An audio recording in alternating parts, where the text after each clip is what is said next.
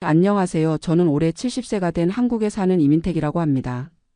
요즘 정말 기분이 좋아서 이렇게 사연을 보내게 됐어요. 작년에 미국 플로리다에 있던 집을 팔고 한국에 왔는데 그 판단이 정말 신의 한 수였다는 걸 요즘 들어 더욱 실감하고 있거든요. 지난달에 플로리다에 살고 있는 교포 친구한테서 연락이 왔는데 집값이 지난 1년 사이에 15%나 떨어졌다는 거예요.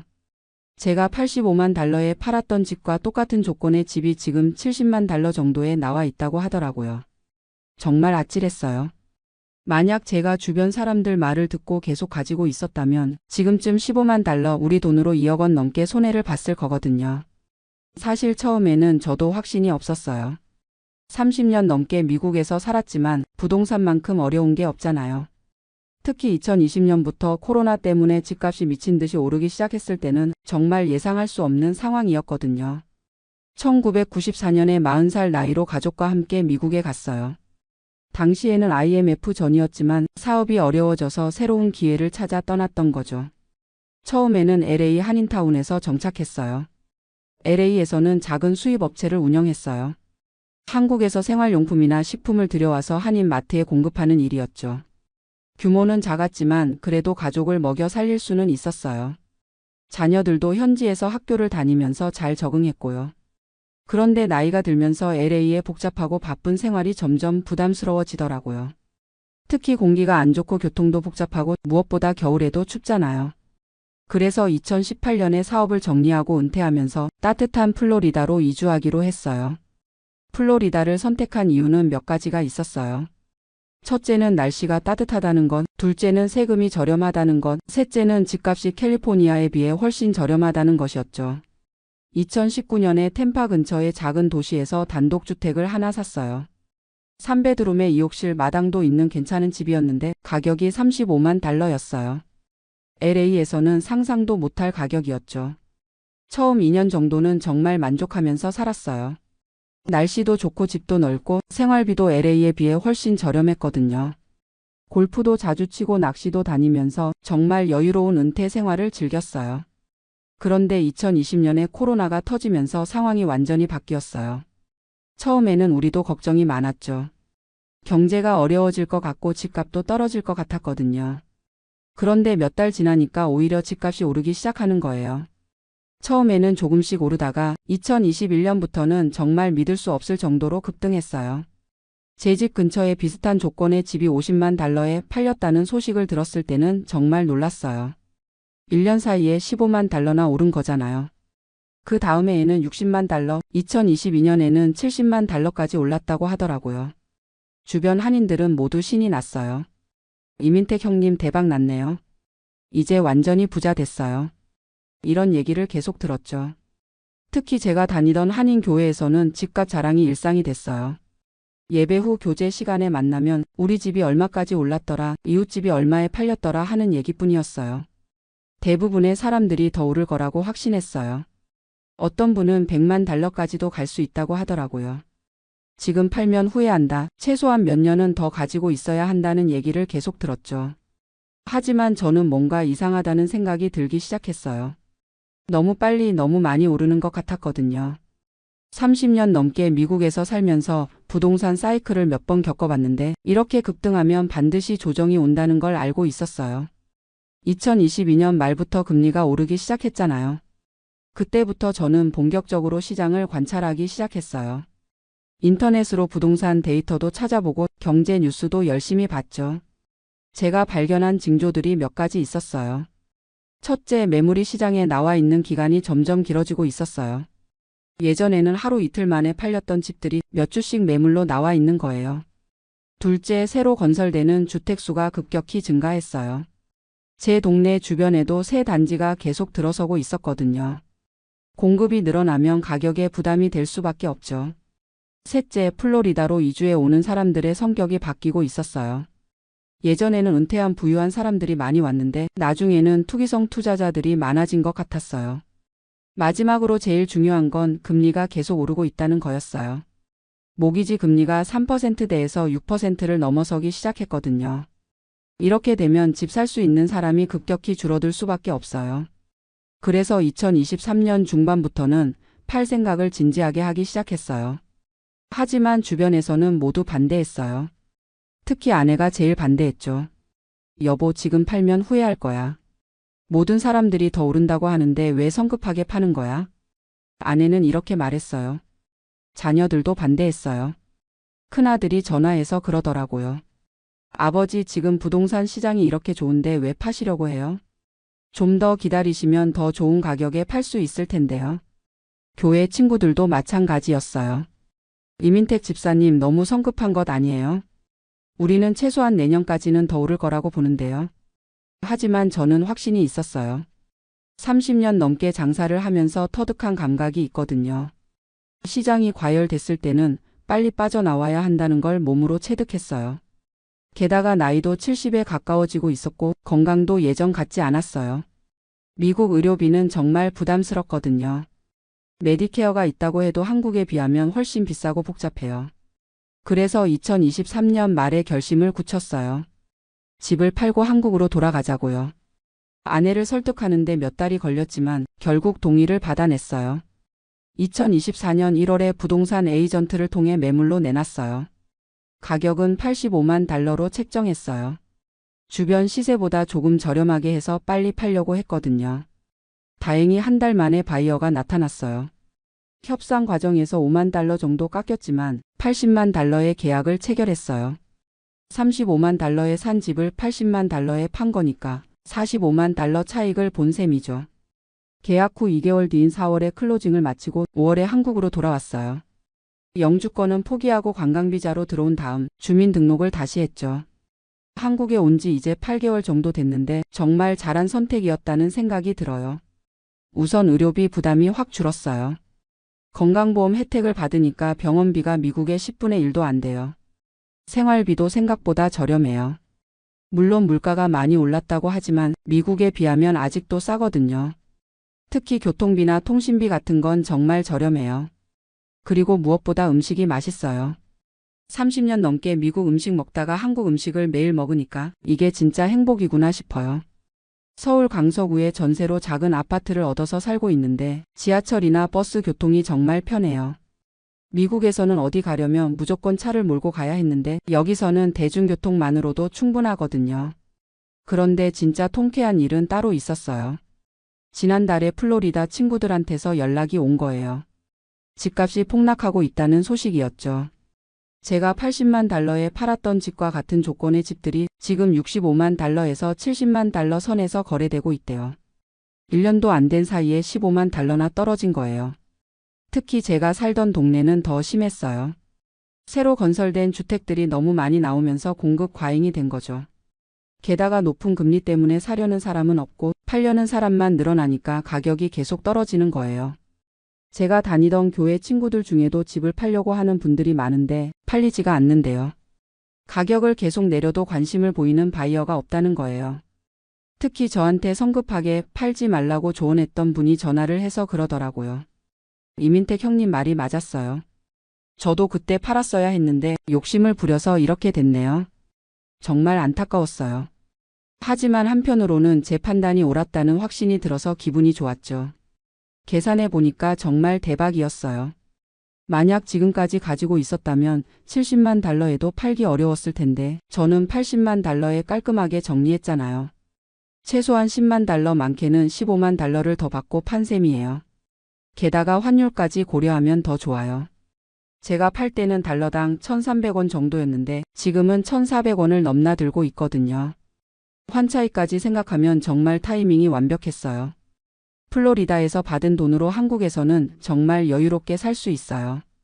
전세 보증금도 내고 생활비도 충분하고 자녀들한테 부담 주지 않으면서 독립적으로 살 수 있거든요. 무엇보다 건강 관리가 편해졌어요. 미국에서는 의료비 때문에 병원 가는 것도 부담스러웠는데 여기서는 정기검진도 부담 없이 받고 약값도 정말 저렴해요. 한국 의료 시스템이 이렇게 좋은 줄 몰랐어요. 30년 만에 돌아와 보니까 정말 많이 발전했더라고요. 병원 시설도 좋고 의료진 실력도 뛰어나고 무엇보다 언어 소통이 되니까 치료받기가 편해요. 자녀들과의 관계도 좋아졌어요. 미국에 있을 때는 연락도 가끔 하고 1년에 한두 번 보는 게 전부였는데 이제는 자주 만날 수 있거든요. 큰아들이 서울에서 직장 다니고 있어서 한 달에 서너 번은 만나요. 손주들도 자주 보니까 정말 좋아요. 아이들이 할아버지랑 친해지니까 기분이 절로 좋아져요. 돌이켜보면 정말 신의 한 수였던 것 같아요. 주변에서 모두 반대할 때 제 소신을 굽히지 않은 게 주요했죠. 30년 넘게 장사하면서 터득한 시장 감각이 결정적이었던 것 같아요. 장사를 오래 하다 보면 알게 돼요. 시장이 과열됐을 때는 빨리 빠져나와야 한다는 걸요. 모든 사람이 낙관적일 때가 제일 위험한 때거든요. 부동산도 마찬가지예요. 더 오를 것이다. 아직 안 팔아도 된다는 얘기가 나올 때가. 사실은 팔 타이밍인 경우가 많아요. 물론 운이 좋았던 것도 있어요. 코로나라는 예상치 못한 변수가 있었고 금리 정책도 급격하게 바뀌었거든요. 하지만 그런 변화의 흐름을 읽고 대응한 건 제 판단이었죠. 지금 미국에 계신 동포분들 중에도 비슷한 고민을 하시는 분들이 많을 거예요. 특히 나이가 드신 분들은 더욱 그럴 텐데 제가 드리고 싶은 조언이 있어요. 첫째, 시장 상황을 냉정하게 보셔야 해요. 주변 사람들 말에만 의존하지 마시고 직접 데이터를 찾아보시고 분석해 보세요. 둘째, 나이와 건강을 고려하세요. 젊을 때는 위험을 감수할 수 있지만 나이가 들면 안정성이 더 중요해요. 셋째, 감정에 휩쓸리지 마세요. 욕심을 부리면 오히려 손해를 볼 수 있어요. 적당한 이익에 만족할 줄 알아야 해요. 마지막으로 한국의 장점을 다시 한번 생각해 보세요. 의료비, 교통비, 생활비 등을 종합적으로 고려하면 한국이 결코 나쁘지 않아요. 특히 노후 생활을 고려한다면 한국이 더 나을 수도 있어요. 가족들과 가까이 살 수 있고 의료 서비스도 훌륭하고 무엇보다 언어와 문화적 소통이 자유롭잖아요. 저는 이번 결정을 통해서 정말 많은 걸 얻었어요. 경제적 이익도 있었지만 그보다 더 중요한 건 마음의 평안이에요. 미국에서 30년 넘게 살면서 항상 이방인이라는 느낌이 있었거든요. 아무리 오래 살아도 완전히 그들의 일부가 되기는 어려웠어요. 하지만 한국에 와서는 정말 편안해요. 물론 한국도 많이 변했어요. 제가 떠났을 때와는 완전히 다른 나라가 됐죠. 하지만 그래도 내 나라, 내 고향이라는 느낌은 변하지 않더라고요. 지금도 가끔 플로리다 집 생각이 나요. 마당도 넓고 날씨도 좋았거든요. 하지만 후회는 전혀 없어요. 오히려 잘 팔았다는 생각만 들어요. 요즘 뉴스를 보면 플로리다 부동산 시장이 계속 어려운 상황이라고 해요. 허리케인 피해도 늘어나고 있고 보험료도 많이 올랐다고 하더라고요. 점점 살기 어려운 곳이 되어가는 것 같아요. 반면 한국은 계속 발전하고 있는 것 같아요. 특히 의료 기술이나 디지털 인프라는 세계 최고 수준이에요. 지하철에서 와이파이 쓰는 것만 봐도 정말 편리하거든요. 70세에 새로운 결정을 내리는 게 쉽지는 않았어요. 하지만 지금은 정말 잘한 선택이었다고 확신해요. 남은 인생을 편안하고 행복하게 살 수 있는 기반을 마련했거든요. 혹시 저와 비슷한 상황에 계신 분들이 있다면 너무 주저하지 마시고 용기 있는 결정을 내리시기 바랍니다. 나이가 들수록 시간은 더 소중해지거든요. 돈보다 중요한 건 건강하고 평안한 마음이에요. 제가 한국에 온 지 8개월 정도 됐다고 했는데 요즘 들어 정말 많은 변화를 느끼고 있어요. 우선 몸이 훨씬 편해졌어요. 미국에 있을 때는 항상 긴장하고 살았거든요. 언어 문제도 있었고 의료비 걱정도 항상 있었고 무엇보다 혼자라는 외로움이 컸어요. 하지만 한국에서는 그런 스트레스가 없어요. 병원에 가도 의사 선생님과 편하게 대화할 수 있고 약국에서 약 사는 것도 간단하고 무엇보다 동네 사람들과 자연스럽게 어울릴 수 있어요. 제가 사는 아파트 단지에 경로당이 있는데 요즘 가끔 들르고 있어요. 거기서 만난 어르신들과 바둑도 두고 이야기도 나누는데 정말 즐거워요. 미국에서는 이런 커뮤니티를 찾기가 어려웠거든요. 한인교회가 유일한 사교 모임이었는데 그것도 한계가 있었어요. 그리고 음식 얘기를 빼놓을 수 없죠. 30년 넘게 그리워했던 한국 음식을 마음껏 먹을 수 있다는 게 이렇게 행복한 일인 줄 몰랐어요. 미국에서도 한인 마트에서 한국 음식 재료를 사서 해먹기는 했지만 역시 본토의 맛과는 차이가 있었거든요. 특히 김치찌개나 된장찌개 같은 건 정말 다르더라고요. 요즘은 아내랑 함께 전통시장도 자주 가요. 싱싱한 채소와 생선을 보는 재미가 쏠쏠해요. 가격도 미국에 비하면 정말 저렴하고요. 그런데 제일 기쁜 건 역시 가족들과 자주 만날 수 있다는 거예요. 큰아들이 주말마다 와서 함께 식사하는데 이런 일상적인 행복이 이렇게 소중한 줄 몰랐어요. 손주들도 자주 보니까 정말 좋아요. 아이들이 할아버지한테 한국어로 말하는 걸 들으면 가슴이 뭉클해져요. 미국에서는 영어로만 대화했었거든요. 둘째 딸은 부산에 살고 있는데 KTX로 금방 갈 수 있어서 한 달에 한 번은 만나요. 미국에 있을 때는 1년에 한 번 보기도 어려웠는데 이제는 자주 볼 수 있어서 정말 좋아요. 경제적으로도 정말 여유로워졌어요. 플로리다 집 한 돈으로 전세도 넣고 생활비도 충분하고 여행도 가끔 다닐 수 있어요. 특히 의료비 부담이 없어진 게 제일 큰 변화예요. 미국에서는 아프면 돈 걱정부터 했거든요. 메디케어가 있다고 해도 본인 부담금이 만만치 않았어요. 그런데 한국에서는 건강보험 혜택으로 정말 저렴하게 치료받을 수 있어요. 지난달에 건강검진을 받았는데 종합검진을 해도 10만 원 정도밖에 안 들더라고요. 미국에서는 몇백 달러는 들었을 텐데요. 요즘 플로리다에 계신 교포분들한테서 연락이 자주 와요. 집값이 계속 떨어지고 있어서 고민이 많다고 하시더라고요. 특히 제가 알던 분 중에 한 분은 정말 안타까운 상황이에요. 그분은 저보다 5년 늦게 플로리다에 오셨는데 2021년에 75만 달러 주고 집을 사셨거든요. 그때는 집값이 절정일 때였어요. 지금 그 집을 팔려고 하는데 60만 달러도 어렵다고 해요. 15만 달러 손해를 보고도 팔리지 않는 상황인 거죠. 정말 마음이 아파요. 그분이 저한테 전화해서 그러시더라고요. 이민택 형님 말씀 들을 걸 그랬어요. 그때 형님이 시장이 과열됐다고 하셨는데 제가 욕심을 부려서 이렇게 됐네요. 하지만 저는 그분을 위로해 드렸어요.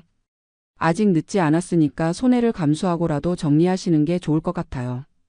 더 기다리면 더 떨어질 수도 있거든요. 부동산은 정말 타이밍이 중요해요. 오를 때 사고 떨어지기 전에 파는 게 기본인데 감정이 개입되면 판단을 그르치기 쉬워요. 저도 처음에는 확신이 없었어요.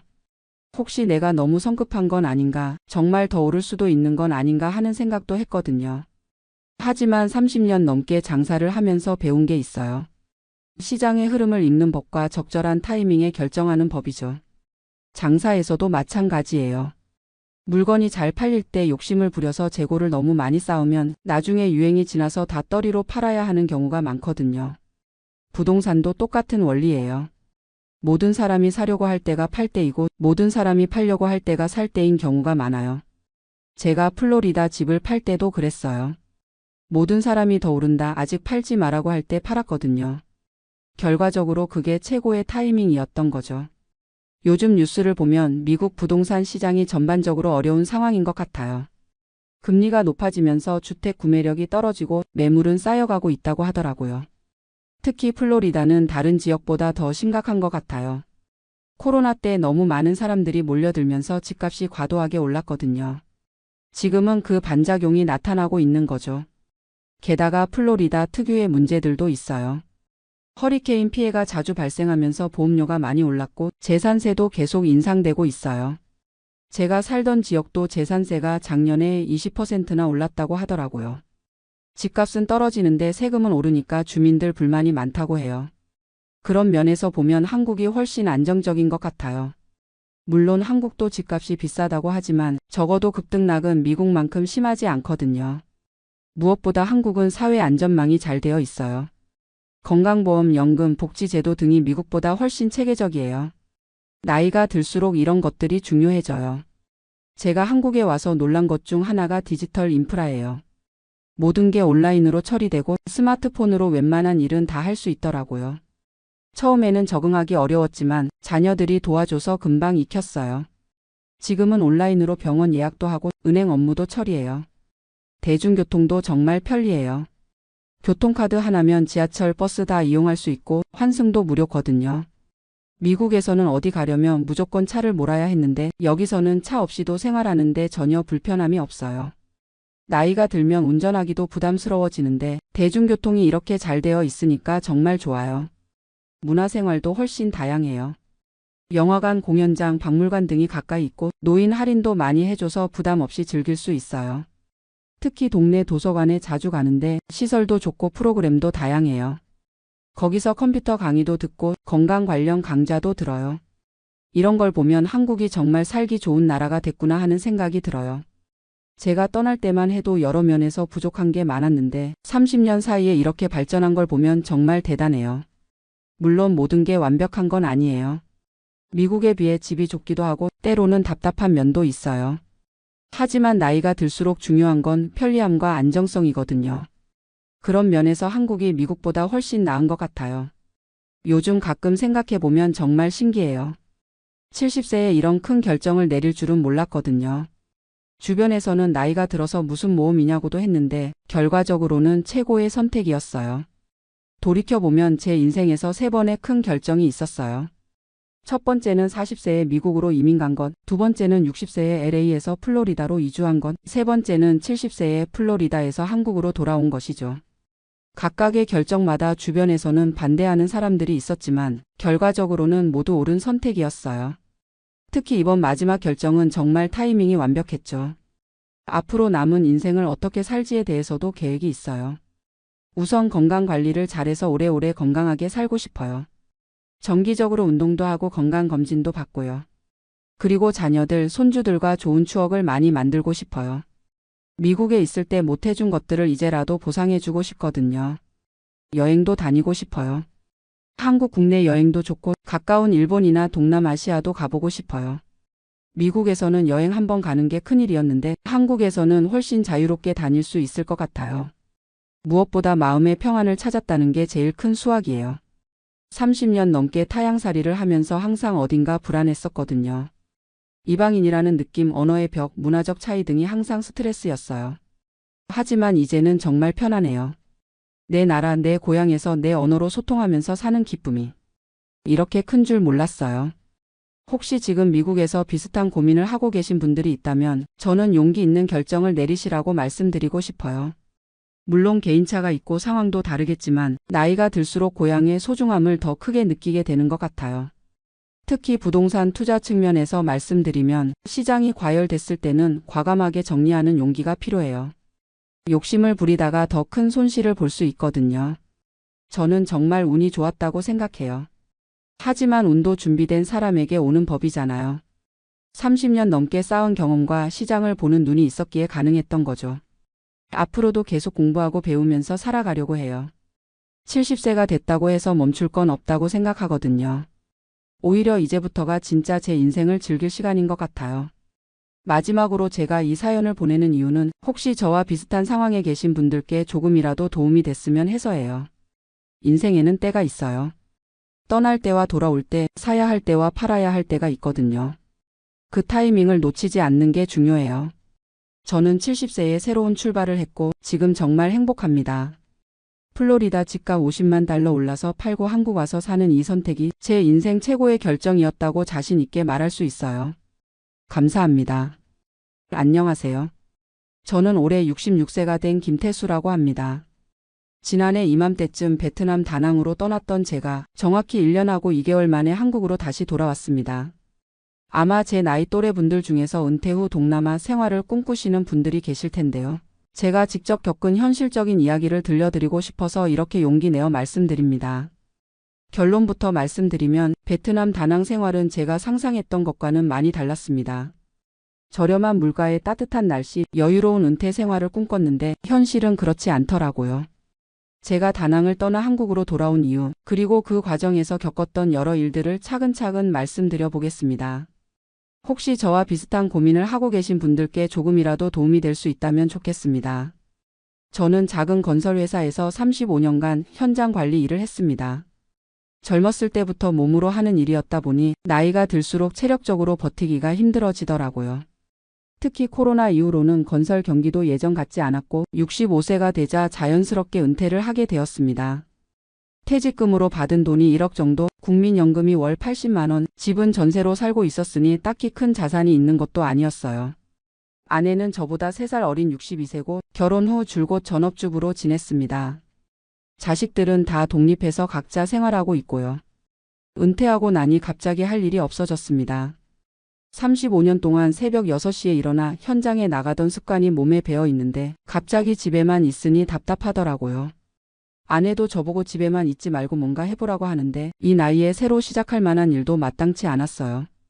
그러던 중에 TV에서 베트남 다낭에서 은퇴 생활을 하는 한국인들 이야기를 봤습니다.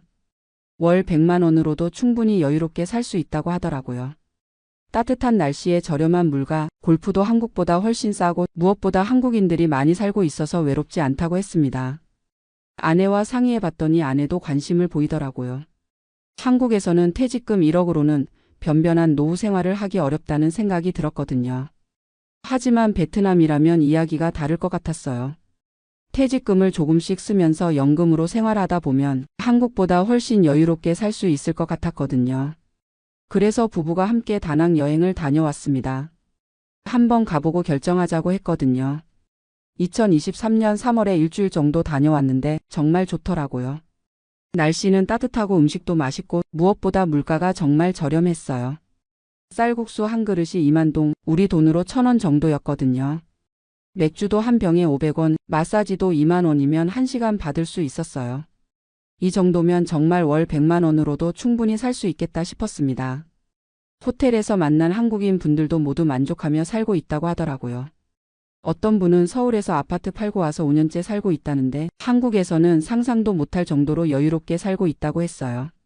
골프도 거의 매일 치고 마사지도 매주 받고 그런데도 한국에서보다 생활비가 절반도 안 든다고 하더라고요. 집에 돌아와서 아내와 진지하게 상의했습니다.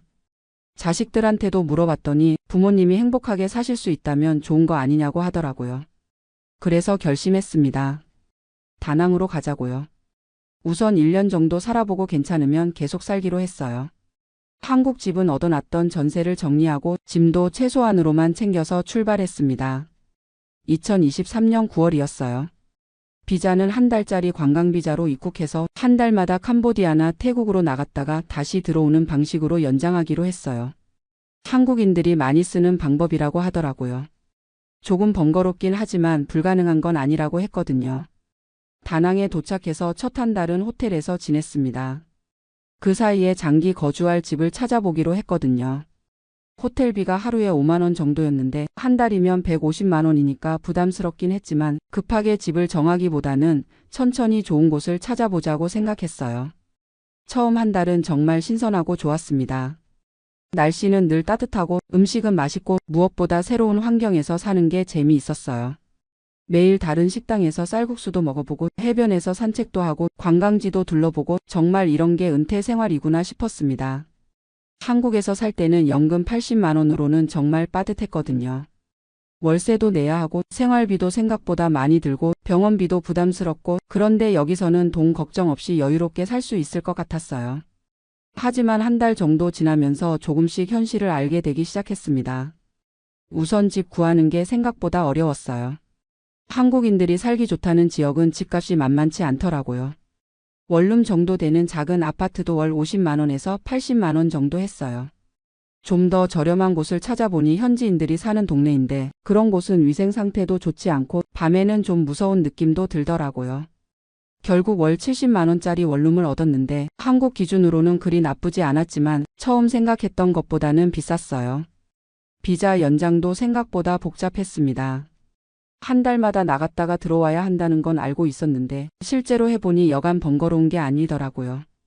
캄보디아 시엠리까지 가려면 항공료만 15만 원 정도 들고 거기서 하루 정도 있다가 다시 돌아와야 해요. 한 달에 한 번씩 이렇게 하니까 월 20만 원 정도는 비자 연장비로 나가는 셈이었어요. 생활비도 처음 예상보다 많이 들었습니다. 현지 음식만 먹고 현지인처럼 살면 싸겠지만 그럴 수는 없잖아요. 가끔은 한국 음식도 먹고 싶고 편의점에서 라면도 사 먹고 싶고 그런데 한국 제품들은 가격이 한국보다 비쌌어요. 신라면 한 개가 3,000원, 김치도 1kg에 1만 원, 고추장, 된장 같은 기본 조미료들도 한국의 2배 가격이었어요. 현지 마트에는 한국 제품 코너가 따로 있었는데 가격표를 보고 깜짝 놀랐어요. 그리고 전기세가 생각보다 많이 나왔습니다. 다낭은 정말 덥거든요. 에어컨을 안 틀 수가 없어요. 하루 종일 틀어놓고 살았더니 전기세가 한 달에 12만 원 정도 나왔어요. 여기에 인터넷비, 수도세 등등 합치면 월 20만 원 정도는 공과금으로 나가더라고요. 의료비도 부담스러웠습니다. 아내가 혈압약을 먹고 있는데 한국에서는 한 달치 약값이 5천 원 정도였거든요. 그런데 다낭에서는 같은 약이 5만 원이었어요. 10배나 비쌌던 거예요. 처음에는 약을 한국에서 가져왔었는데 한 달분밖에 가져올 수 없잖아요. 그래서 현지 병원에 가서 처방을 받으려고 했더니 의사와 소통이 잘 안 되더라고요. 영어로 설명하려고 해도 제대로 안 통하고 결국 한국 병원에서 받은 처방전을 구글 번역기로 번역해서 보여줬어요. 그것도 복잡했지만 더 큰 문제는 약값이었어요. 혈압약 한 달분이 5만 원이라니 한국에서는 1년 먹어도 6만 원인데 여기서는 한 달에 그 돈을 내야 한다니 당황스러웠습니다. 진료비도 만만치 않았어요. 간단한 감기로 병원에 갔는데 진료비가 8만 원, 한국에서는 감기 정도는 1만 원이면 충분한데 말이에요. 게다가 보험이 안 되니까 모든 비용을 현금으로 내야 했어요. 그래도 처음 몇 달은 참고 살았습니다. 새로운 환경에 적응하는 과정이라고 생각했거든요. 시간이 지나면 요령도 생기고 더 저렴하게 살 수 있을 거라고 생각했어요. 하지만 생활비는 줄어들지 않았습니다. 오히려 조금씩 늘어나더라고요. 집세 70만 원, 공과금 20만 원, 비자 연장비 20만 원, 식비 50만 원, 여기에 교통비, 생활용품비, 의료비 등등 합치면 한 달에 200만 원 정도는 들었어요. 한국에서 살 때보다 오히려 더 많이 들어가는 거였어요. 한국에서는 연금 80만 원에 퇴직금 조금씩 쓰면서 120만 원 정도로 살았거든요. 그런데 여기서는 200만 원씩 나가니까 퇴직금이 빠르게 줄어들더라고요. 이상하다 싶어서 다른 한국인들한테 물어봤더니 다들 비슷하다고 하더라고요. 처음에는 싸다고 생각하고 왔는데 막상 살아보니 한국과 별 차이가 없다는 거예요. 어떤 분은 오히려 한국보다 더 많이 든다고 하시더라고요. 특히 병원비는 정말 부담스러웠습니다. 저도 지난해 말에 갑자기 가슴이 아파서 응급실에 간 적이 있어요. 심전도 검사랑 엑스레이 찍고 혈액 검사 한 번 했는데 40만 원이 나왔어요. 결과는 별 이상 없다고 했지만 한국에서는 보험 적용되면 5만 원 정도면 될 검사였거든요. 그때 정말 심각하게 고민하기 시작했습니다. 이렇게 살면 퇴직금이 2년도 안 돼서 바닥날 것 같았거든요. 연금 80만 원으로는 한 달 생활비의 절반도 안 되니까 계속 퇴직금을 까먹어야 하는 상황이었어요. 게다가 외로움도 점점 커졌습니다. 처음에는 한국인들이 많다고 해서 좋을 줄 알았는데 막상 만나보니 대화가 잘 안 통하는 경우가 많았어요. 나이대도 다르고 살아온 배경도 다르고 관심사도 달라서 깊이 있는 대화를 나누기 어려웠거든요. 현지인들과는 언어 때문에 소통이 거의 안 됐어요.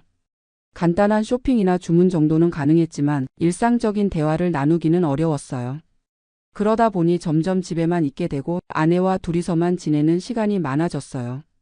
날씨도 생각보다 힘들었습니다. 다낭은 1년 내내 덥거든요. 처음에는 겨울에도 따뜻해서 좋다고 생각했는데 계속 더우니까 지겨워지더라고요. 한국의 사계절이 그리워졌어요. 특히 우기철에는 정말 힘들었습니다.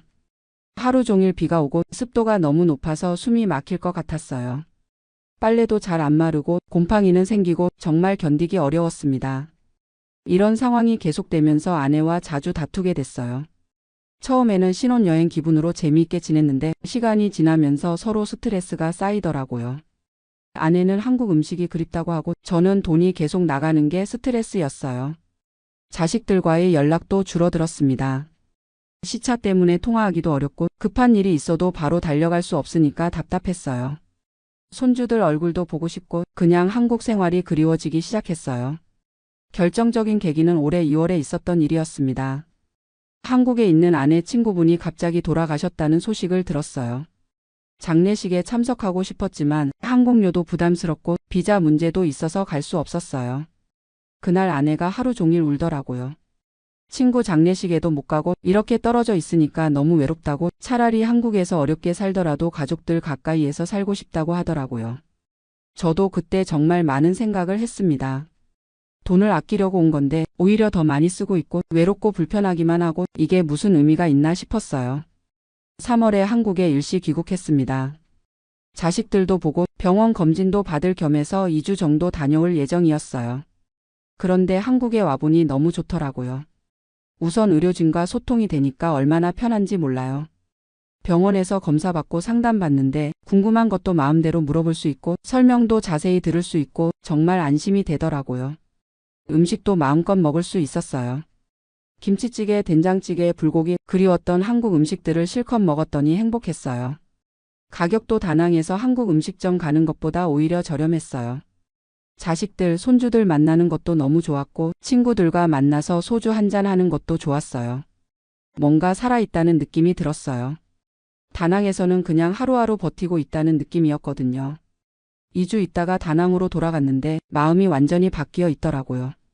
여기서 계속 살아야 하나 싶었어요. 아내도 마찬가지였어요. 한국에서 2주 있다가 오니까 더욱 이곳이 낯설게 느껴진다고 하더라고요. 그래서 결정했습니다. 한국으로 돌아가자고요. 1년 계약한 집도 중간에 나가야 했지만 보증금을 일부 포기하고라도 빨리 돌아가고 싶었어요. 짐을 정리하면서 1년 동안의 생활을 정리해 봤습니다. 총 들어간 돈이 2,400만 원 정도였어요. 매달 200만 원씩 12개월이니까 그 정도 들어간 거죠. 한국에서 같은 기간 살았다면 1,500만 원 정도면 충분했을 텐데 900만 원을 더 쓴 셈이었어요. 물론 여행비나 체험비용이라고 생각하면 그럴 수도 있지만 이게 은퇴 생활이라고 생각하면 너무 비효율적이었어요. 돈도 더 들고 불편하기만 하고 가족들과도 멀어지고 좋을 게 하나도 없더라고요. 지난 10월에 한국으로 완전히 돌아왔습니다. 다시 전셋집을 구해서 정착했어요. 예전과 똑같은 생활이지만 이제는 이런 평범한 일상이 얼마나 소중한지 알겠더라고요. 한국 음식을 마음대로 먹을 수 있고 병원에서 편하게 진료받을 수 있고 자식들, 손주들 언제든 볼 수 있고 친구들과 자유롭게 만날 수 있고 이런 게 진짜 행복이더라고요. 물론 경제적으로는 여전히 빠듯합니다. 연금 80만 원으로 살기가 쉽지 않아요. 하지만 다낭에서 200만 원 쓰면서 불편하게 사는 것보다는 한국에서 120만 원 쓰면서 편하게 사는 게 훨씬 낫다고 생각해요. 지금 생각해보면 제가 너무 안일하게 생각했던 것 같아요. TV나 인터넷에서 보는 동남아 은퇴 생활은 정말 좋은 면만 보여주거든요. 실제로는 언어 문제, 의료 문제, 비자 문제, 외로움 문제 등등 해결해야 할 게 너무 많았어요. 특히 나이가 들수록 건강이 중요한데 의료진과 소통이 안 되는 곳에서 사는 건 정말 위험하다고 생각해요. 응급 상황이 생겼을 때 제대로 설명도 못하고 치료받아야 한다면 그게 무슨 의미가 있겠어요? 그리고 가족들과의 관계도 중요하더라고요. 아무리 좋은 곳에서 살아도 가족들과 떨어져 있으면 외롭고 공허해요. 손주들 자라는 모습도 못 보고 자식들 어려울 때 도와줄 수도 없고 그런 게 정말 의미 있는 노후인지 의문이 들더라고요. 물론 모든 분들이 저와 같은 경험을 하시는 건 아닐 거예요. 준비를 잘 하시고 적응을 잘 하시는 분들도 계실 테고 실제로 만족하면서 사시는 분들도 많이 봤거든요. 하지만 제가 드리고 싶은 말씀은 단순히 물가가 싸다고 해서 함부로 결정하시면 안 된다는 거예요. 현지 언어를 어느 정도 할 수 있는지, 의료 시스템은 어떤지, 비자 문제는 어떻게 해결할 건지, 가족들과 떨어져 살 준비가 되어 있는지 이런 것들을 충분히 고려해 보시고 결정하시기 바랍니다. 그리고 가능하면 1년 정도는 살아보시고 결정하세요. 여행으로 한두 번 가보는 것과 실제로 사는 건 정말 다르거든요. 저도 여행으로 갔을 때는 너무 좋았는데 실제로 살아보니 전혀 다르더라고요. 지금은 한국에서 평범하게 살고 있지만 만족합니다. 연금이 적어서 여유롭지는 않지만 그래도 편안하고 안정적이에요. 가끔 용돈 벌이러 아는 분 공사 현장에 나가기도 하고 그렇게 해서 생활비를 조금씩 보태고 있어요. 아내도 이제는 한국이 좋다고 해요. 친구들도 만날 수 있고 병원도 편하게 다닐 수 있고 손주들도 자주 볼 수 있고 이런 게 진짜 행복이라고 하더라고요. 물론 다낭에서의 1년이 완전히 무의미했던 건 아니에요. 새로운 경험도 했고 다른 문화도 접해볼 수 있었고 아내와 함께 새로운 곳에서 살아본 것도 나름 의미가 있었어요. 하지만 은퇴 후 정착지로는 저희에게 맞지 않았던 것 같아요. 돌이켜보면 제가 너무 성급했던 것 같습니다. 충분한 준비 없이 TV에서 본 것만 믿고 떠났거든요. 현지 언어도 배우지 않았고 의료보험이나 비자 문제도 제대로 알아보지 않았어요. 그냥 물가가 싸다는 것만 보고 갔던 거죠. 특히 베트남은 은퇴 비자가 없어서 계속 비자 연장을 해야 하는데 이 부분이 정말 스트레스였어요. 한 달마다 다른 나라로 나갔다가 들어와야 하니까 여행비도 들고 시간도 많이 소모되고 나이 든 사람한테는 너무 피곤한 일이었어요. 그리고 현지 의료진과 소통이 안 되는 것도 큰 문제였습니다. 저는 당뇨가 조금 있어서 정기적으로 혈당 검사를 받아야 하는데 현지 병원에서는 설명하기가 어려웠어요. 의사가 영어를 해도 의료 전문 용어는 이해하기 어려웠거든요. 결국 한국인 의사가 있는 병원을 찾아다녔는데 그런 곳은 진료비가 더 비쌌어요. 음식 문제도 있었어요. 처음에는 베트남 음식이 맛있다고 생각했는데 매일 먹다 보니 질리더라고요. 특히 향신료가 많이 들어간 음식들은 속이 불편했어요. 그래서 한국 음식을 찾게 되는데 현지 한국 음식점들은 가격도 비싸고 맛도 별로였어요. 집에서 요리를 해 먹으려고 해도 한국 식재료를 구하기가 어려웠어요. 한인마트가 있긴 했지만 품목이 제한적이고 가격도 비쌌거든요. 김치도 직접 담가 먹으려고 했는데 배추 품질이 한국과 달라서 제대로 된 김치가 안 되더라고요. 교통도 불편했습니다. 다낭은 대중교통이 잘 안 되어 있어서 주로 택시나 그랩을 이용해야 해요. 매번 택시비 내다 보니 교통비도 만만치 않았어요. 오토바이 택시도 있지만 나이가 있다 보니 위험해서 타기 어려웠고요. 날씨도 예상보다 힘들었습니다. 1년 내내 더운 건 그렇다 치더라도 우기철에는 정말 견디기 어려웠어요. 하루 종일 비가 와도 시원해지지 않고 더 습해지기만 하더라고요. 에어컨을 틀어도 습도 때문에 불쾌지수가 높았어요. 그리고 태풍도 무서웠습니다. 작년에 태풍이 한 번 왔는데 집이 흔들리고 정전도 되고 정말 무서웠어요. 한국에서는 태풍 경험이 거의 없었는데 갑자기 그런 자연재해를 겪으니까 당황스러웠어요. 사회적 관계도 어려웠습니다. 한국인 커뮤니티가 있긴 했지만 나이대나 배경이 다른 분들이 많아서 친해지기 어려웠어요. 어떤 분들은 사업하러 온 분들이고 어떤 분들은 젊은 나이에 온 분들이고 저희 같은 은퇴자들은 많지 않더라고요. 현지인들과는 언어 장벽 때문에 깊은 관계를 맺기 어려웠어요. 인사 정도는 주고받을 수 있지만 일상적인 대화나 친구 관계로 발전하기는 힘들었거든요. 그러다 보니 아내와 둘이서만 지내는 시간이 많아지고 점점 우울해지더라고요. 문화적 차이도 있었어요. 베트남은 불교 문화권이라 우리와 다른 면이 많았어요. 생활 리듬도 다르고 사람들과의 관계 방식도 다르고 처음에는 신기했지만 시간이 지나면서 적응하기 어려웠어요. 특히 시끄러운 환경이 힘들었습니다. 오토바이 소리, 공사 소리, 시장 소리 등등 하루 종일 시끄러웠어요. 한국에서는 조용한 주택가에서 살았는데 갑자기 시끄러운 환경에서 사니까 스트레스가 많이 쌓였어요. 인터넷도 자주 끊어졌어요. 한국 드라마나 뉴스를 보려고 해도 인터넷이 불안정해서 제대로 안 됐어요. 속도도 느리고 가끔 완전히 끊어지기도 했어요. 요즘 같은 시대에 인터넷 없이 사는 건 정말 불편하더라고요. 은행 업무도 복잡했습니다. 현지 은행 계좌를 만들려고 했는데 서류가 너무 복잡했어요. 결국 만들긴 했지만 인터넷 뱅킹이나 카드 사용이 한국만큼 편리하지 않았어요. 현금을 많이 들고 다녀야 해서 불안하기도 했고요. 쇼핑도 불편했습니다. 큰 마트가 있긴 했지만 품목이 제한적이었어요. 특히 생활용품이나 의약품 같은 건 원하는 제품을 찾기 어려웠어요. 온라인 쇼핑도 한국만큼 발달되어 있지 않아서 필요한 물건이 있으면 한국에서 가져와야 했어요. 이런저런 불편함들이 쌓이면서 점점 한국이 그리워지기 시작했어요. 처음에는 새로운 환경이 신선하고 재미있었는데 시간이 지나면서 한국의 편리함이 얼마나 소중한지 깨달았어요. 무엇보다 가족들과 떨어져 있는 게 제일 힘들었습니다. 손주들이 자라는 모습을 못 보는 게 너무 아쉬웠어요. 전화나 영상통화로는 한계가 있잖아요. 직접 만나서 안아주고 함께 놀아주고 싶었는데 그럴 수 없다는 게 정말 서러웠어요. 자식들이 어려운 일이 있어도 바로 도와줄 수 없다는 것도 스트레스였어요. 멀리 떨어져 있으니까 걱정만 되고 실질적인 도움은 줄 수 없고 부모로서 무력감을 많이 느꼈어요. 아내 친구분 장례식 때 정말 많은 생각을 했어요. 평생 함께 살아온 친구들과 마지막 인사도 제대로 못하고 이렇게 떨어져 있어야 하나 싶었거든요. 나중에 저희가 아프거나 돌아가실 때도 마찬가지일 텐데 그게 과연 의미 있는 노후인지 의문이 들었어요. 한국에 일시 귀국했을 때 느꼈던 안도감은 정말 컸어요. 공항에 내리자마자 한국말이 들리고 한글 간판이 보이고 익숙한 냄새와 소리들이 느껴지니까 집에 돌아왔다는 느낌이 들더라고요. 병원에서 검진 받을 때도 정말 편했어요. 의사 선생님과 편하게 대화하면서 궁금한 것도 마음대로 물어보고 검사 결과도 자세히 설명 들을 수 있고 이런 게 얼마나 소중한지 그때 깨달았어요. 음식도 너무 맛있었어요. 김치찌개 한 그릇이 그렇게 맛있을 수가 없더라고요. 1년 동안 정말 그리웠던 맛이었거든요. 편의점에서 파는 김밥, 라면도 반가웠어요. 이런 평범한 음식들이 얼마나 소중한지 몰랐어요. 자식들과 손주들 만나는 것도 너무 좋았어요.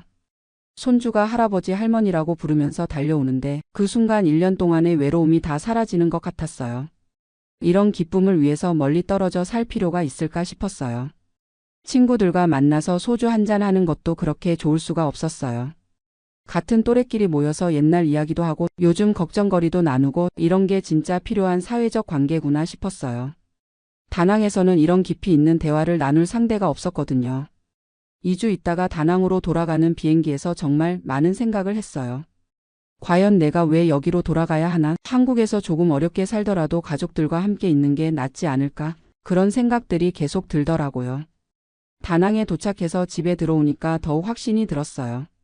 이곳은 제 집이 아니구나. 그냥 임시로 머무는 곳일 뿐이구나. 그런 느낌이 들었거든요. 1년 동안 살았는데도 여전히 낯선 곳이더라고요. 그래서 바로 결정했습니다. 한국으로 돌아가자고요. 아내도 같은 마음이었어요. 집 계약도 중간에 정리하고 항공료도 아깝지 않고 빨리 한국으로 돌아가고 싶었어요. 짐을 정리하면서 1년 동안 산 물건들을 보니까 좀 허무했어요. 현지에서 사용하려고 샀던 가전제품들, 한국에 가져갈 수도 없고 그냥 두고 와야 하는 것들, 그런 것들이 돈 낭비였다는 생각이 들었어요. 베트남 동으로 바꿔놨던 돈을 다시 원화로 바꾸는 것도 손해였어요. 환율 차이 때문에 100만 원 정도는 그냥 날린 것 같았어요.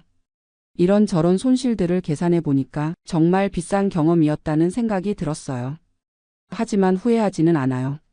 해보지 않았으면 계속 궁금했을 테고 나중에 더 나이 들어서 시도했다면 더 힘들었을 테니까요.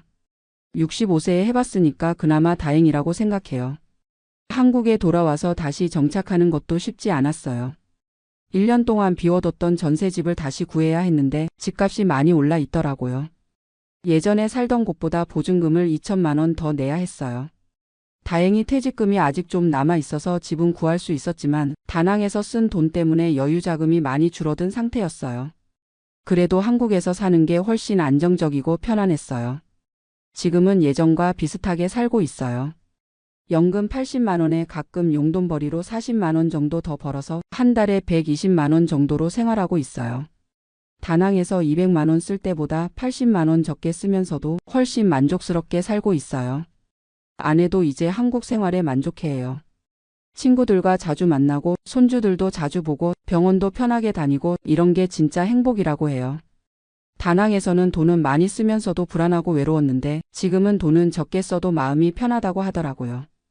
요즘 가끔 다른 분들한테서 동남아 은퇴 이민에 대해 문의를 받아요.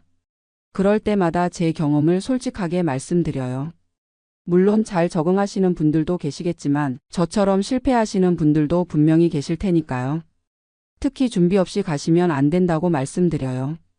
현지 언어를 어느 정도 배우시고 의료보험이나 비자 문제도 미리 해결책을 마련하시고 최소 6개월 정도는 살아보시고 결정하시라고 해요. 그리고 가족들과의 관계도 충분히 고려해 보시라고 해요.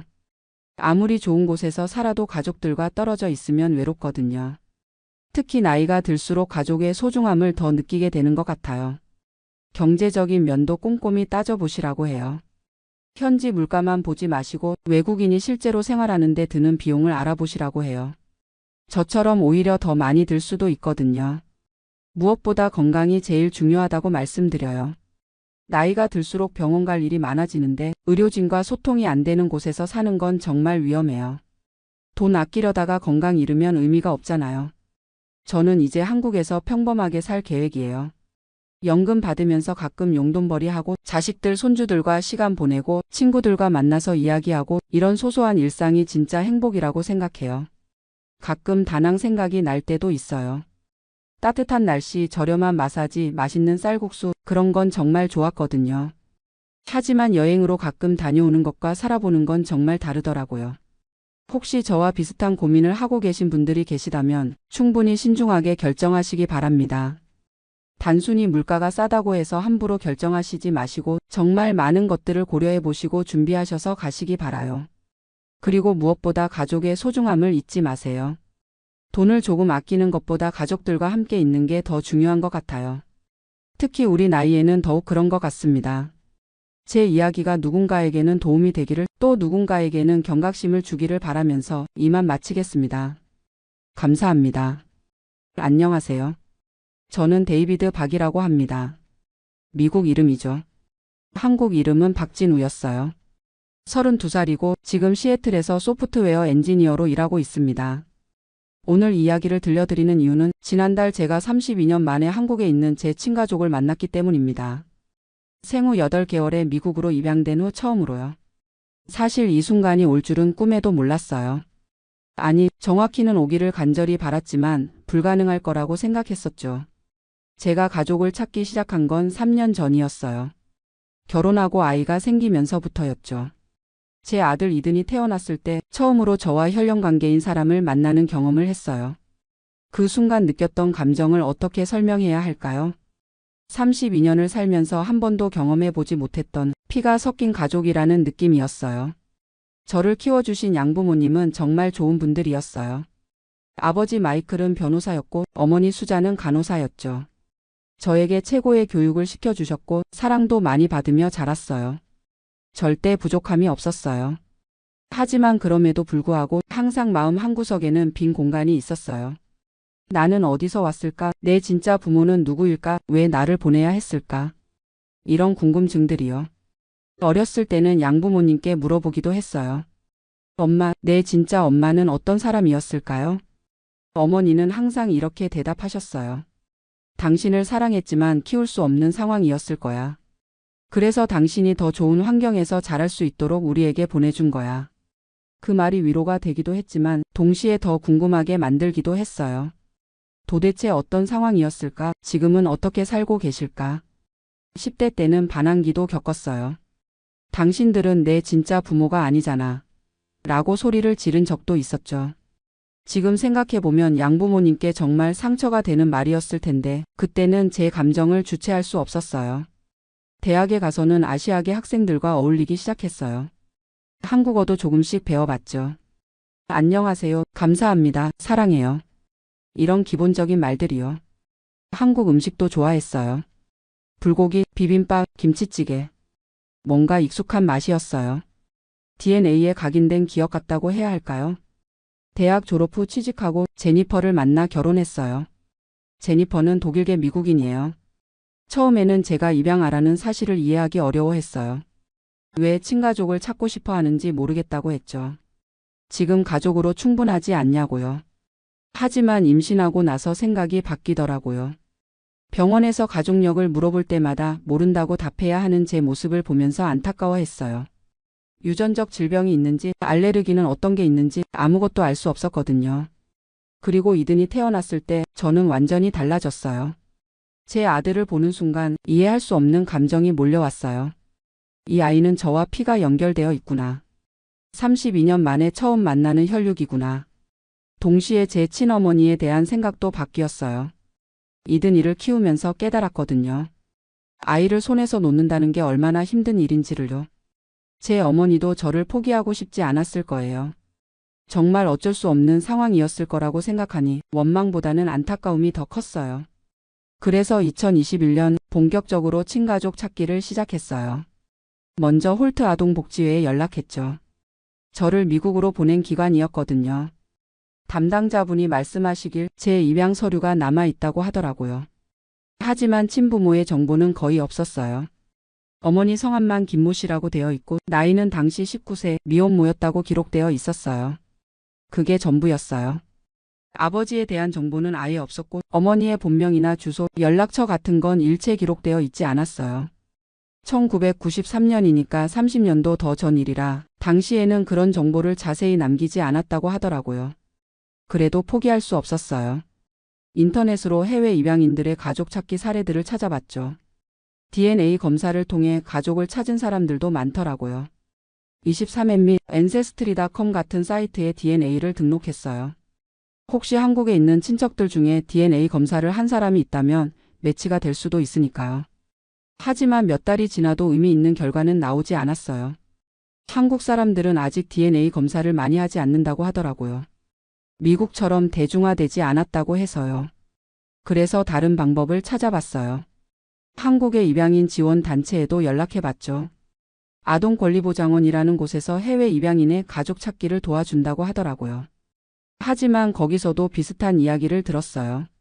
친부모가 먼저 가족 찾기를 신청해야 정보를 공개할 수 있다고 했어요. 제가 아무리 찾고 싶어도 상대방이 원하지 않으면 안 된다는 거죠. 이해는 했어요. 30년이 지난 지금 제 친어머니는 새로운 삶을 살고 계실 거예요. 결혼도 하셨을 테고 다른 자녀들도 있을 거고. 갑자기 옛날에 입양 보낸 아들이 나타난다면 곤란하실 수도 있겠죠. 그래도 계속 시도해봤어요. 한국 방송국에도 연락해봤어요. 가족을 찾아주는 프로그램이 있다고 들었거든요. 하지만 해외 거주자는 출연이 어렵다고 하더라고요. 2022년에는 직접 한국에 가봤어요. 신혼여행으로 제니퍼와 함께 갔죠. 홀트 아동복지회도 방문하고 혹시 제가 생활했던 위탁 가정이 어디인지도 알아봤어요. 서울 강남구에 있는 홀트 아동복지회 건물에 갔을 때의 기분은 정말 묘했어요. 32년 전에 생후 8개월에 제가 이곳에서 시간을 보냈구나. 그때의 저는 뭘 생각했을까? 무서웠을까? 외로웠을까? 담당자분과 만나서 더 자세한 이야기를 들어봤어요. 제가 위탁 가정에서 약 3개월 정도 지낸 후 미국으로 갔다고 하더라고요. 위탁모님이 저를 정말 예쁘게 키워주셨다고 했어요. 건강하고 밝은 아이였다고. 그 이야기를 들으니 가슴이 뭉클해졌어요. 생후 8개월부터 11개월까지 짧지만 저를 사랑으로 돌봐주신 분이 계셨구나. 위탁모님을 만나뵐 수 있는지 물어봤지만 이미 돌아가셨다고 하더라고요. 너무 아쉬웠어요. 아기였던 저에 대한 기억을 가지고 계셨을 텐데. 그 여행에서 저는 한국이라는 나라를 처음 제대로 경험했어요. 언어는 전혀 통하지 않았지만 묘하게 편안했어요. 사람들의 얼굴이 저와 닮았고 음식도 맛있었고 뭔가 이곳이 내 고향이구나라는 느낌이 들었어요. 명동과 강남을 걸어 다니면서 혹시 지나가는 사람 중에 제 가족이 있을까 하는 상상도 해봤어요. 저와 닮은 아저씨나 아주머니를 보면 괜히 더 오래 쳐다보기도 했죠. 하지만 그 여행으로는 가족을 찾을 수 없었어요. 실망스럽긴 했지만 그래도 한국을 경험할 수 있어서 의미가 있었어요. 미국으로 돌아와서도 계속 시도했어요. 인스타그램, 페이스북 같은 SNS에도 제 사연을 올려봤어요. 한국어로 번역해서요. 1993년에 태어나서 홀트 아동복지회를 통해 미국으로 입양된 박진우를 찾습니다. 라고. 몇몇 분들이 공유해 주시긴 했지만 역시 연락은 오지 않았어요. 점점 지쳐갔어요. 이든이를 키우면서 바빠지기도 했고 계속되는 실패에 마음도 지쳤거든요. 제니퍼가 위로해줬어요. 당신에게는 우리 가족이 있잖아. 이든이와 나 그리고 양부모님. 그것만으로도 충분하지 않아? 맞는 말이었어요. 저는 이미 충분히 사랑받고 있었거든요. 하지만 그래도 마음 한구석의 궁금증은 사라지지 않았어요. 2023년 말 거의 포기하고 있을 때였어요. 갑자기 홀트 아동복지회에서 연락이 왔어요. 박진우 씨와 관련해서 연락하신 분이 있습니다. 심장이 멈춘 것 같았어요. 전화 너머로 들리는 목소리가 떨리고 있었거든요. 어떤 분이신가요? 본인의 아들을 찾고 있다고 하시는 여성분이세요. 나이와 입양 시기가 일치해서 연락드렸습니다. 그 순간 눈물이 터져 나왔어요. 32년을 기다려온 순간이었어요. 담당자분 말씀으로는 제 친어머니께서 몇 달 전부터 가족 찾기를 신청하셨다고 했어요. 저와 마찬가지로 오랫동안 찾고 싶어 하셨지만 용기가 나지 않아서 미루고 계셨던 거죠. 그런데 최근에 건강이 안 좋아지시면서 죽기 전에 꼭 아들을 만나보고 싶다고 하셨대요. 처음에는 전화 통화를 했어요. 담당자분이 중간에서 통역을 해주셨죠. 안녕하세요. 어머니. 한국어로는 어머니밖에 말할 수 없었어요. 전화 너머에서 흐느끼는 소리가 들렸어요. 진우야. 진우야. 그 목소리를 들으니 뭔가 낯설지 않았어요. 처음 듣는 목소리인데도 편안했어요. 어머니는 김은영 씨였어요. 지금 51세이시고 인천에서 작은 반찬 가게를 운영하고 계셨어요. 저를 낳으실 때는 19세의 대학생이셨대요. 남자친구와 사귀다가 임신을 했는데 그 남자분이 책임지지 않고 도망을 갔다고 하더라고요.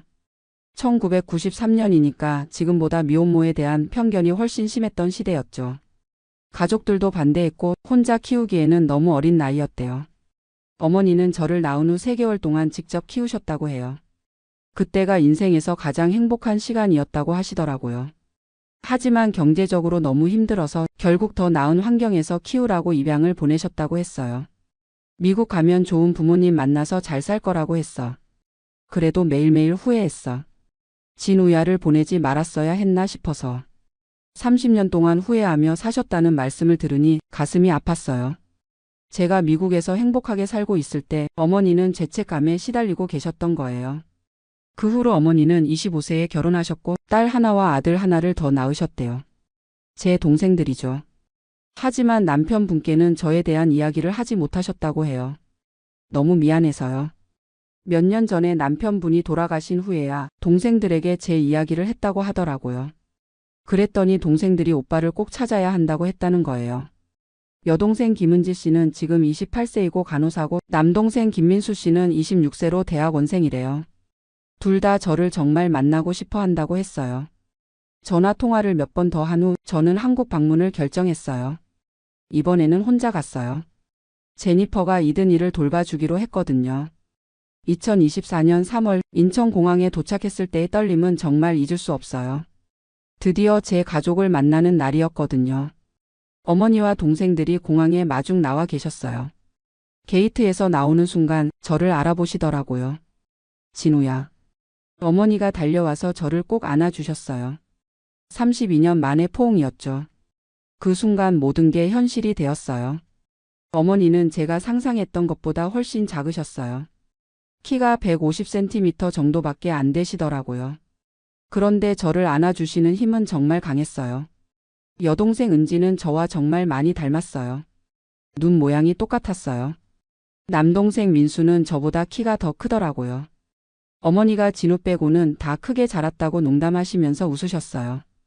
공항에서 인천 어머니 집까지 가는 동안 저는 창밖을 내내 바라봤어요. 이곳이 제가 태어난 곳이구나. 32년 전에 제가 봤을 풍경들이구나. 어머니 집은 작은 연립주택이었어요. 1층에서 반찬 가게를 하시고 2층에서 생활하고 계셨어요. 크지는 않았지만 정말 깔끔하고 따뜻한 집이었어요. 제 방도 마련해 두셨어요. 작은 방이었지만 제가 어렸을 때 사진들과 제가 미국에서 보낸 편지들이 액자에 걸려 있었어요.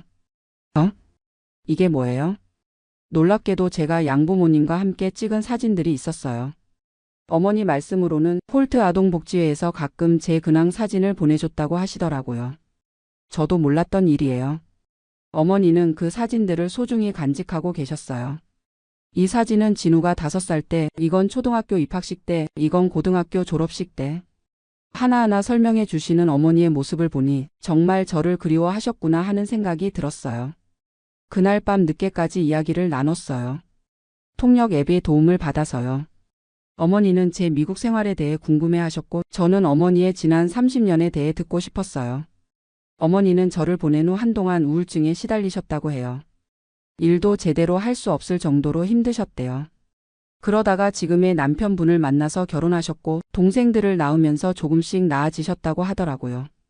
하지만 그래도 항상 저를 생각하셨대요. 제 생일인 4월 15일에는 매년 미역국을 끓여서 제 건강을 빌어주셨다고 해요. 그 이야기를 들으니 눈물이 났어요. 동생들과도 많은 이야기를 나눴어요. 은지는 저에게 오빠가 있다는 걸 알았을 때 너무 신기했다고 했어요. 민수는 미국에 있는 형을 언제 만날 수 있을까 궁금했다고 하더라고요. 다음 날부터는 어머니와 동생들이 서울 구경을 시켜줬어요. 경복궁, 명동, 한강공원. 32년 만에 보는 고향은 정말 아름다웠어요. 특히 한강에서 치킨을 먹으면서 맥주를 마실 때가 좋았어요. 어머니가 한국 사람은 다 이렇게 한다고 하시면서 웃으셨거든요. 저도 진짜 한국 사람이 된 기분이었어요. 어머니는 제가 좋아할 만한 한국 음식들을 계속 해주셨어요. 김치찌개, 된장찌개, 불고기, 갈비탕. 어릴 때부터 좋아했던 음식들이었는데 어머니가 해주시니 더 맛있었어요. 이 맛이야. 이게 진짜 한국 엄마 손맛이구나. 일주일 동안 머물렀는데 매일매일이 꿈 같았어요. 32년 동안 궁금했던 모든 것들이 풀려가는 느낌이었어요. 제가 어떻게 생겼는지, 누구를 닮았는지, 어떤 성격인지, 유전적 특징은 뭔지. 모든 퍼즐 조각들이 맞춰지는 느낌이었어요. 어머니 말씀으로는 제가 아버지를 많이 닮았다고 하더라고요. 키도 아버지 쪽이고 얼굴 윤곽도 그렇고. 아버지에 대한 이야기는 많이 하지 않으셨지만 나쁜 사람은 아니었다고 하시더라고요. 다만 너무 어려서 책임질 수 없었던 거라고. 한국을 떠나는 날 공항에서 이별할 때가 제일 힘들었어요. 어머니가 계속 우시더라고요. 이번엔 진짜 마지막 인사는 아니지? 다시 올 거지? 저도 울면서 약속드렸어요. 네 어머니. 꼭 다시 올게요. 이제 가족이 어디 있는지 아니까 자주 올 수 있어요. 동생들도 형, 곧 미국에 놀러 갈게라고 했어요. 은지는 간호사니까 미국에서 일할 기회도 알아보고 있다고 하더라고요. 미국으로 돌아와서 제니퍼와 이든이에게 한국 이야기를 들려줬어요. 제니퍼는 당신이 이렇게 행복해하는 모습은 처음 본다고 하면서 기뻐해줬어요. 이든이에게는 이제 할머니가 한 분 더 생겼어라고 말해줬어요. 한국에 할머니와 이모, 삼촌이 있다고. 이든이도 언제 한국 가서 할머니 만날 거야? 라고 묻더라고요. 지금도 어머니와는 거의 매일 연락해요. 화상통화로 이든이 얼굴도 보여드리고 번역 앱으로 안부도 묻고. 어머니는 손자를 보시면서 정말 행복해하세요. 진호 닮았다. 우리 손자 정말 예쁘다. 이든이도 이제 할머니라는 한국말을 할 줄 알아요. 화상통화할 때마다 할머니 라고 손을 흔들어요. 동생들과도 자주 연락해요. 은지는 영어를 잘해서 직접 대화도 할 수 있어요. 민수는 아직 영어가 어려워하지만 그래도 번역기로 메시지를 주고받아요. 올 여름에는 제니퍼와 이든이를 데리고 한국에 갈 예정이에요.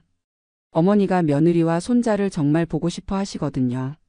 한국 전통 옷도 해주고 싶다고 하시고 한국 음식도 가르쳐주고 싶다고 하세요. 제니퍼도 시어머니를 만나는 게 어떨지 궁금하다고 해요. 한국어는 전혀 못하지만 마음으로는 통할 거라고 생각해요. 지금 생각해보면 32년이라는 시간이 전혀 아깝지 않아요. 그 시간 동안 저는 미국에서 좋은 교육받고 성장했고 어머니는 한국에서 동생들을 키우시며 살아오셨어요. 각자의 삶이 있었던 거죠. 만약 어렸을 때 만났다면 이렇게 서로를 이해하고 받아들이기 어려웠을 것 같아요. 지금의 나이가 되어서 만나니까 서로의 입장을 충분히 이해할 수 있었어요. 어머니도 이제야 마음이 편해졌다고 하세요. 아들이 잘 자랐다는 걸 확인하셨으니까요. 30년 동안의 죄책감과 그리움이 조금은 해소되신 것 같아요. 저도 마찬가지예요. 32년 동안 마음 한구석에 있던 빈 공간이 채워진 느낌이에요. 물론 아직도 어색한 부분들이 있어요. 언어도 통하지 않고 문화도 다르고. 하지만 그런 건 시간이 해결해 줄 거라고 생각해요. 가장 좋은 건 이든이에게 더 많은 가족을 만들어줄 수 있다는 거예요. 이제 이든이는 미국의 할아버지 할머니뿐만 아니라 한국의 할머니와 이모, 삼촌도 있어요. 두 나라의 문화를 모두 경험할 수 있겠죠. 한국어도 본격적으로 배우기 시작했어요. 어머니와 더 깊은 대화를 하고 싶거든요. 지금은 번역기에 의존하고 있지만 언젠가는 직접 한국말로 사랑해요라고 말씀드리고 싶어요. 양부모님도 정말 기뻐해 주셨어요. 처음에는 조금 섭섭해 하실까봐 걱정했는데 오히려 내가 뿌리를 찾아서 다행이다라고 하시더라고요. 우리는 너를 키워준 부모고 한국에는 너를 낳아준 부모가 있는 거야. 둘 다 소중한 가족이야 라고. 이제는 명절 때 어디를 갈지 고민이에요. 추수감사절은 미국 양부모님과 보내고 설날이나 추석은 한국에 가서 보내면 어떨까 싶어요. 이든이에게도 좋은 경험이 될 것 같고요. 어머니는 진우가 한국에 오래 머물 수 있으면 좋겠다고 하세요. 아예 한국으로 이사와서 살면 어떻겠냐고도 하시고. 그런 마음은 감사하지만 제 삶의 터전은 미국이에요. 대신 자주 왔다 갔다 하면서 지낼 생각이에요.